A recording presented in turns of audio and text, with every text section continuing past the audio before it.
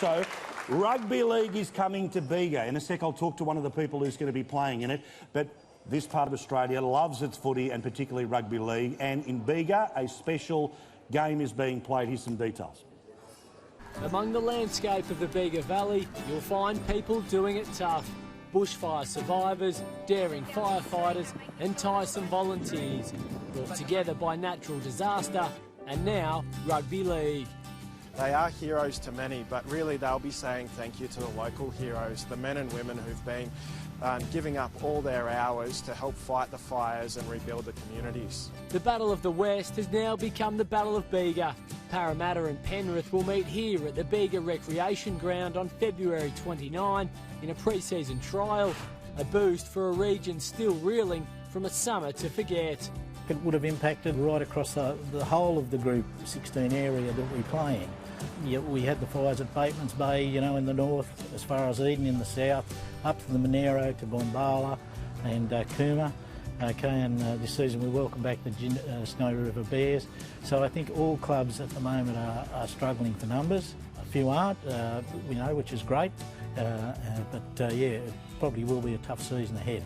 Gary Arkin knows Rugby League better than most in Bega, a life member, just like his father. He'll be keeping a close eye on the professionals when they come to town, hoping to draw inspiration for the Bega Roosters.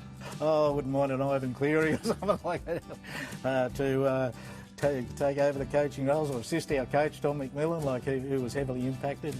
He just opened up a young business now. There's a little story in itself. Opened up an egg farm at Bemboka and had another property at Corma.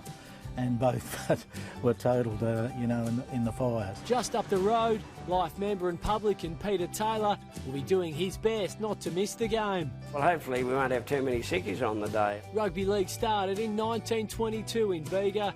As much a part of this town as the cheese that made it world famous. Country towns, you know, it's one of the greatest things some little country towns have got, like more so, not say Bega, but other towns out west where the whole town gets behind the local footy side because that's all they've got. You know, I think it's great what Rugby League brings to a lot of country towns.